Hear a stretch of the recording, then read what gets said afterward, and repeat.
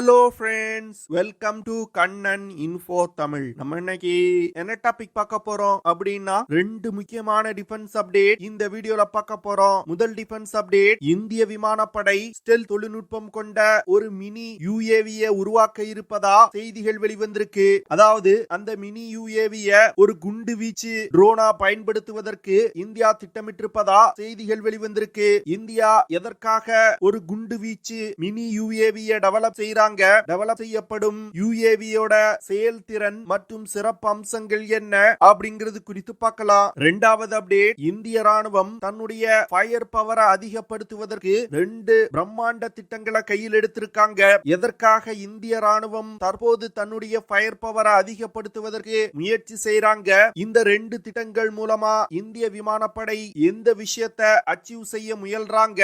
இதன் மூலமா இந்திய ராணுவத்தோட செயல்திறன் எப்படி அதிகரிக்கும் அப்படிங்கிறது குறித்து நம்ம டீடைலா இந்த வீடியோல பார்க்கலாம். நம்ம சேனல்ல டிஃபென்ஸ் மற்றும் ஜியோபாலிட்டிக்ஸ் சம்பந்தமா தினம் ஒரு வீடியோ பப்ளிஷ் பண்ணிட்டு இருக்கோம். உங்களுக்கு நம்ம சேனல்ல பப்ளிஷ் பண்ணக்கூடிய வீடியோஸ் பிடிச்சிருந்துச்சுன்னா சேனலை சப்ஸ்கிரைப் பண்ணி சப்போர்ட் பண்ணுங்க. நீங்க பண்ற ஒவ்வொரு சப்ஸ்கிரிப்ஷனும் எனக்கு அடுத்தடுத்த வீடியோஸ் போடுறதுக்கு ஒரு மோட்டிவேஷனா இருக்கும். இந்திய ராணுவம் காத்தக் அப்படிங்கிற ஸ்டெல்த் தொழில்நுட்பம் கொண்ட ஒரு அன்மேன் காம்பேக்ட் வெஹிக்கிளை உருவாக்குவதற்கு 2015 இருந்தே முயற்சி செய்து வந்துகிட்டு இருக்காங்க. ஆனா காத்தக் ட்ரோனை எடுத்த எடுப்பிலே ஒரு ஃபுல் ஸ்கேல் ட்ரோனா உருவாக்க இந்தியா விரும்பல. ஏன்னா அப்படி ஒரு ஃபுல் ஸ்கேல் ட்ரோனா உருவாக்கி அந்த ட்ரோன்களை பயன்படுத்தி சோதனை நடத்தும் பொழுது விபத்துகள் ஏற்பட்டு அந்த ட்ரோன் சேதமடைவதற்கு வாய்ப்பு இருக்கு. இதனால பல கோடிகள் இழப்பாகலாம். இதை தவிர்ப்பதற்காக காத்தக் ட்ரோனோட ஒரு மினியேச்சர் வெர்ஷனை உருவாக்கி அந்த காத்தக் ட்ரோன்ல பயன்படுத்தப்படும் அனைத்து சிஸ்டங்களையும் இணைத்து சோதனை நடத்திய பிறகு ஒரு ஃபுல் ஸ்கேல் காத்தக் ட்ரோனை உருவாக்குவதற்கு இந்தியா திட்டமிட்டிருந்தாங்க. அந்த வகையில ஸ்விஃப்ட் அப்படிங்கிற stealth wing flying test bed அப்படிங்கிற ஒரு சிறிய ட்ரோனை டிஆர்டிஓ உருவாக்குனாங்க. இந்த ஸ்விஃப்ட் சிறிய வகை ட்ரோன் 1 டன் எடை கொண்டது. முதல்ல 2020 வருடம் இந்த ஸ்விஃப்ட் ட்ரோனை இந்தியா வெற்றிகரமா சோதனை செஞ்சாங்க.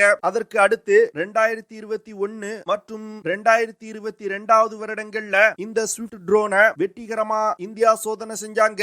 இந்தியா உருவாக்கியிருக்க இந்த 1 டன் எடை கொண்ட ஸ்விஃப்ட் ட்ரோன் 4 மீட்டர் நீளமும் 5 மீட்டர் விங் ஸ்பேனும் கொண்டது. இந்த ட்ரோனை இயக்குறதுக்கு ரஷ்ய தயாரிப்பு NPO Certain 36 MT அப்படிங்கிற இன்ஜின் பயன்படுத்தப்பட்டிருக்கு. இந்தியா ஸ்விஃப்ட் ட்ரோனை பயன்படுத்தி சோதனை நடத்தும் பொழுது ஆட்டோமேட்டிக் டேக் ஆஃப் மற்றும் லேண்டிங் சிஸ்டங்கள், mission computer, landing gears, data link system போன்ற பல சிஸ்டங்களை சோதனை நடத்தினாங்க. இந்த சோதனை வெற்றி அடைந்த பிறகு இந்திய விமானப்படை தற்போது ஒரு முக்கியமான முடிவு எடுத்திருக்காங்க. அதாவது யுஏவியோட ஃபுல் ஸ்கேல் மாடலை உருவாக்குவதற்கு இந்திய விமானப்படை டிஆர்டிஓ நிறுவனத்திற்கு ஒப்புதல் கொடுத்திருக்காங்க. இதன் மூலமா 15 டன் எடை கொண்ட காத்தக் ட்ரோன்களை உருவாக்கும் வேலையை டிஆர்டிஓ தொடங்க போறாங்க.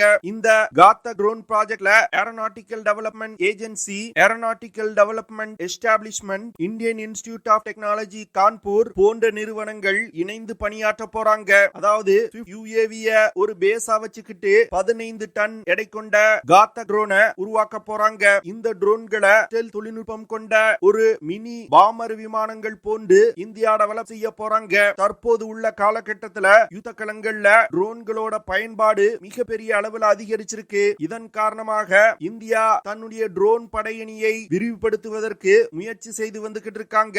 அதன் ஒரு பகுதி தான் இந்த காத்தக் ட்ரோன் திட்டம். காத்தக் ட்ரோன் LCA தேஜஸ் விமானத்தை விட சற்று சிறியதா இருக்கும். இதன் காரணமாக தான் காத்தக் ட்ரோன்களை ஒரு மினி பாமர் விமானங்கள் அப்படின்னு சொல்றாங்க. இந்தியா உருவாக்கும் காத்தக் ட்ரோன்ல இன்டர்னல் வெப்பன் பே தொழில்நுட்பம் பயன்படுத்தப்பட உள்ளது. இதன் மூலமா ஆயுதங்களை ட்ரோனோட உள்புறத்துல சேமித்து வைக்க முடியும். இப்படி சேமித்து வைப்பதன் மூலம் காத்தக் ட்ரோனோட ஸ்டெல்த் கேப்பபிலிட்டி அதிகரிக்கும். டிஆர்டிஓ காத்தக் ட்ரோனை இயக்குறதுக்கு கேஸ் டர்பைன் ரிசர்ச் எஸ்டாப்ளிஷ்மெண்ட் நிறுவனத்தால் தயாரிக்கப்பட்டிருக்க ஸ்மால் டர்போ ஃபேன் இன்ஜினை பயன்படுத்த போறாங்க. இந்த turbo fan engine Nirbhay cruise missile புரோகிராமுக்காக உருவாக்கப்பட்டது. இந்தியா உருவாக்கும் காத்தக் ட்ரோன்கள்னால அதிகபட்சமா 30,000 அடி உயரத்துல பறக்க முடியும். இந்த ட்ரோன்கள்ல அதிநவீன data link system, mission computers, fire control radar system, identification of friend or foe, collision avoiding system போன்ற அதிநவீன தொழில்நுட்பங்கள் இணைக்கப்பட உள்ளது. இதனால காத்தக் ட்ரோன்கள் உருவாக்கி முடிக்கப்படும் தேவைப்படும் பொழுது உலகின் தலை சிறந்த தொழில்நுட்பம் கொண்ட ட்ரோன்கள்ல ஒன்றாயிருக்கும். இந்த ட்ரோன்களை இந்திய விமானப்படை தவிர இந்திய கடற்படையிலும் பயன்படுத்துவதற்கு இந்தியா திட்டமிட்டிருக்காங்க. குறிப்பா இந்திய விமானம் தாங்கி போர்க்கப்பல்கள்ல காத்தக் ட்ரோன்களை பயன்படுத்துவதற்கு திட்டமிடப்பட்டிருக்கு. காத்தக் ட்ரோன்கள் இந்திய விமானப்படையில் இணைக்கப்பட்டால் இந்திய விமானப்படையோட அஃபென்சிவ் கேப்பபிலிட்டி மிகப்பெரிய அளவில் அதிகரிக்கும். இதன் மூலமா இந்திய விமானப்படைக்கு ஸ்ட்ராட்டஜிக்கலா ஒரு அப்பர் ஹேண்ட் கிடைக்கும். ஏன்னா காத்தக் ட்ரோன்கள்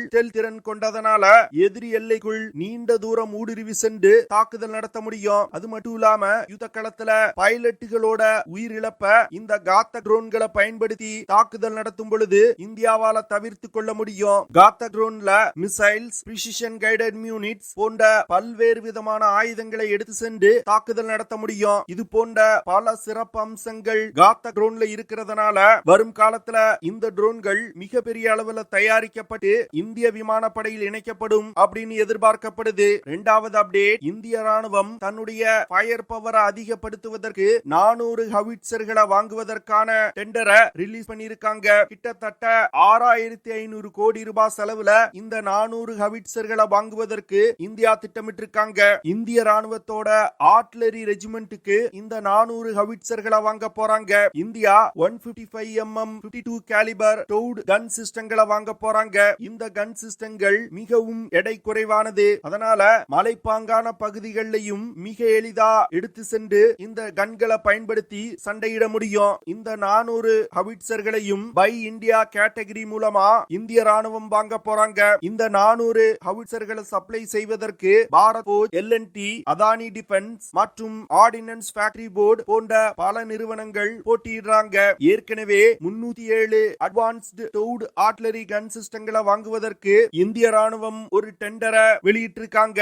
இந்திய ராணுவம் இது போன்று தொடர்ந்து தன்னுடைய ஃபயர் பவரை அதிகப்படுத்துவதற்கு முக்கியமான காரணம் சீன மற்றும் பாகிஸ்தான் எல்லையில பல பிரச்சனைகள் நடந்து வந்துகிட்டு இருக்கு. அதனால தன்னுடைய ஆபரேஷனல் ரெடினஸ் அதிகப்படுத்துவதற்கும் எல்லையில ஏதாவது பிரச்சனை ஏற்பட்டால் உடனே ரெஸ்பான்ஸ் செய்வதற்கும் இந்திய ராணுவம் இது போன்ற ஹவிட்சர்களை வாங்கி தன் படையில் இணைப்பதற்கு முயற்சி செய்து வந்துகிட்டு இருக்காங்க. பல வருடங்களா இது போன்ற ஆர்ட்டிலரி கன் சிஸ்டங்களை இந்தியா வெளிநாடுகள்ல இருந்து இறக்குமதி செஞ்சுக்கிட்டு இருந்தாங்க. ஆனா தற்போது மிகப்பெரிய அளவுல இந்திய நிறுவனங்களிடமிருந்து இந்த கன் சிஸ்டங்களை இந்திய ராணுவம் கொள்முதல் செய்ய முயற்சி செய்து வந்துகிட்டு இருக்காங்க. 2042 வருடத்துக்குள் இந்திய ராணுவத்தில் உள்ள அனைத்து ஹவிட்சர்களும் இந்திய தயாரிப்பு ஹவிட்சர்களா மாற்றுவதற்கு இந்திய ராணுவம் திட்டமிட்டிருக்காங்க. அதற்காக தான் தற்போது இந்த ஹவிட்சர்களை பை இந்தியா கேட்டகரி மூலமா இந்திய ராணுவம் வாங்குறாங்க. அடுத்து DRDO பினாக்கா MK3 அப்படிங்கிற லாங் ரேஞ்ச் பினாக்கா ராக்கெட்டுகளை டெவலப் செய்ய ஆரம்பிச்சிருக்காங்க. தற்போது இந்திய படையில் பயன்பாட்டில் உள்ள பினாக்கா மல்டி பேரல் ராக்கெட் லான்ச்சர்களை அப்கிரேட் செய்வதற்காக இந்த பினாக்கா MK3 ராக்கெட் உருவாக்கப்பட்டு வருது. இந்த ராக்கெட்னால 120 கிலோமீட்டர் தூரத்தில் உள்ள இலக்குகளை மிக துல்லியமா தாக்க முடியும். முதற்கட்டமா 120 கிலோமீட்டர் தாக்குதல் வரம்பு கொண்ட கைடட் பினாக்கா ராக்கெட் உருவாக்கி வந்துகிட்டு இருக்காங்க. இதனை தொடர்ந்து லாங் ரேஞ்ச் கைடட் பினாக்கா ராக்கெட்டுகளை இந்தியா உருவாக்க போறாங்க. இந்த ராக்கெட்னால 120 முதல் 300 கிலோமீட்டர் தூரத்தில் உள்ள இலக்குகளை மிக துல்லியமா தாக்க முடியும். ஏற்கனவே இந்திய படையில் பயன்பாட்டில் உள்ள கைடட் பினாக்கா MK2 ராக்கெட்னால 90 கிலோமீட்டர் தூரத்தில் உள்ள இலக்குகளை தாக்க முடியும். ஏற்கனவே இந்தியா ரஷ்யாவிடம் இருந்து self propel multi barrel rocket launching சிஸ்டங்களை வாங்கி பயன்படுத்தி வந்துகிட்டு இருந்தாங்க. அந்த சிஸ்டங்களுக்கு மாற்றா இந்தியா உருவாக்கியதுதான் இந்த பினாக்கா மல்டி பேரல் ராக்கெட் லான்ச்சர்கள். இந்தியா ரஷ்யாவிடம் இருந்து self propel multi barrel rocket லான்ச்சர்களை வாங்கி பயன்படுத்தி வந்துகிட்டு இருந்தாங்க. அந்த சிஸ்டத்தினால எவ்வளவு தூரம் தாக்குதல் நடத்த முடியுதோ அதே தூரத்தை தான் தற்போது இந்தியா உருவாக்கி இருக்க guided Pinaka MK2 multi barrel rocket லான்ச்சர்கள்னால தாக்க முடியும். ஆனா சீன ராணுவம் லைன் ஆஃப் ஆக்சுவல் கண்ட்ரோல் பகுதியில 300 கிலோமீட்டருக்கும் அதிகமான தாக்குதல் வரம்பு கொண்ட லாங் ரேஞ்ச் ராக்கெட் லான்ச்சர்களை நிலைநிறுத்தி இருக்காங்க.